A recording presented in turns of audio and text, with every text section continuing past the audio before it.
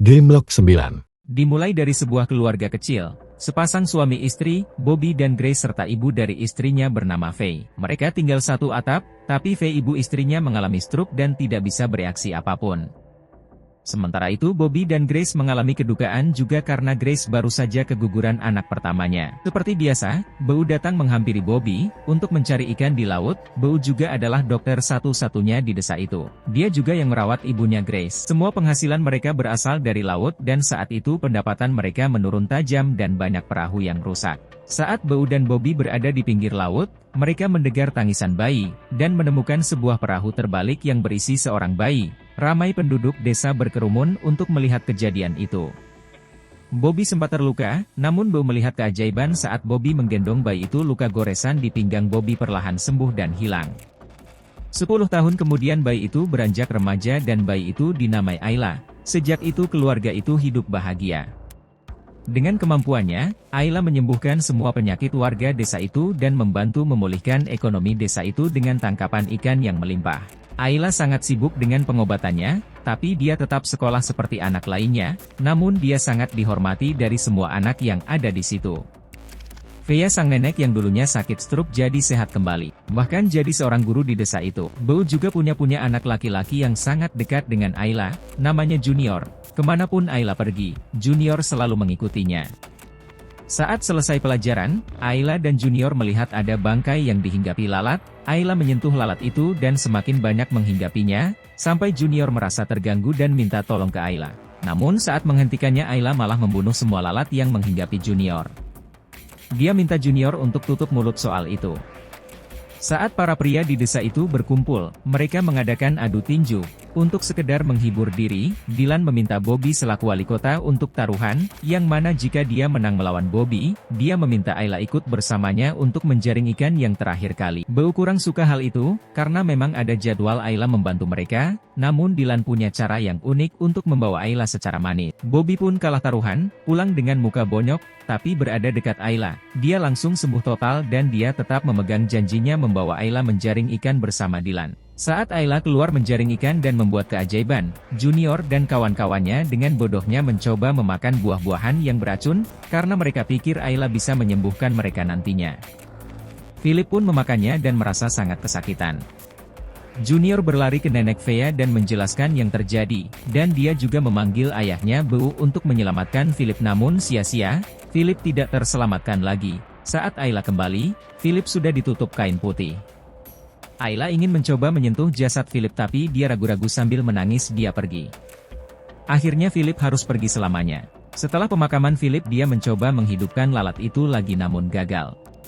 Saat di dapur, Grace melukai jarinya dan Bobby mencoba melukai tangannya juga, namun itu tidak sembuh.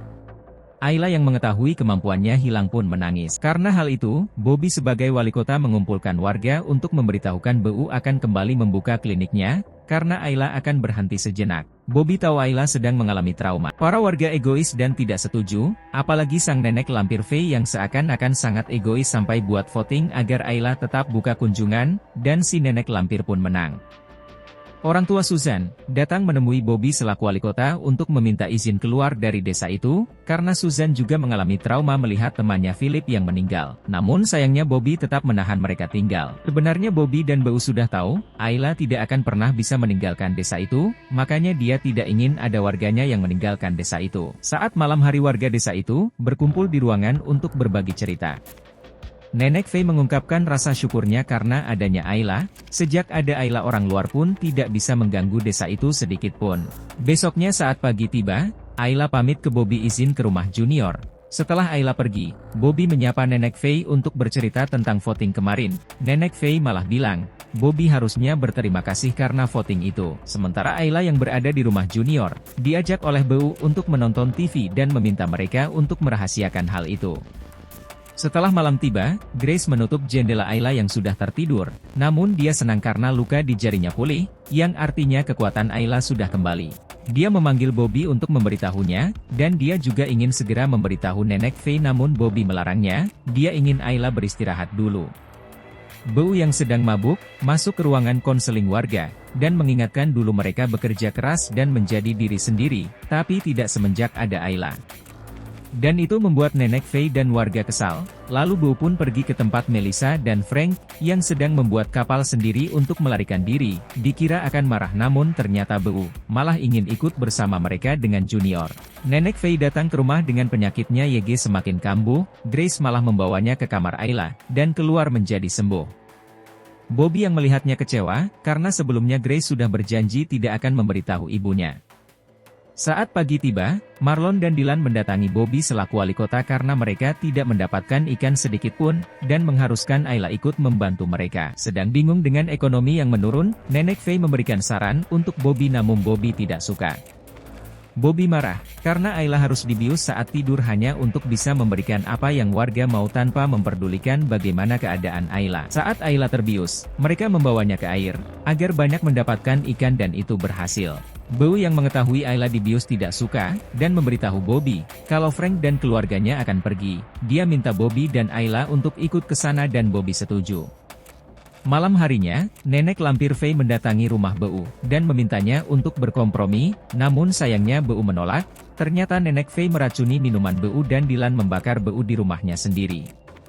Saat melihat kejadian itu dari kejauhan, Frank dan keluarganya segera pergi, meninggalkan Bobby dan Ayla. Setelah kejadian itu, saat pagi tiba, ternyata Frank mengirim petugas kepolisian dan dinas sosial untuk mengecek Ayla, sementara Junior sempat menelpon meminta bantuan petugas YG lain dan melihat hal itu datang membawa senapan. Di kamar, Emily petugas dinas sosial itu mencoba bertanya ke Ayla, namun Emily merasa ada yang janggal. Dia merasa harus membawa Grace, Bobby dan Ayla untuk pemeriksaan lebih lanjut, namun dihalangi para warga. Mereka saling baku tembak dan tembakan petugas itu mengenai Bobby.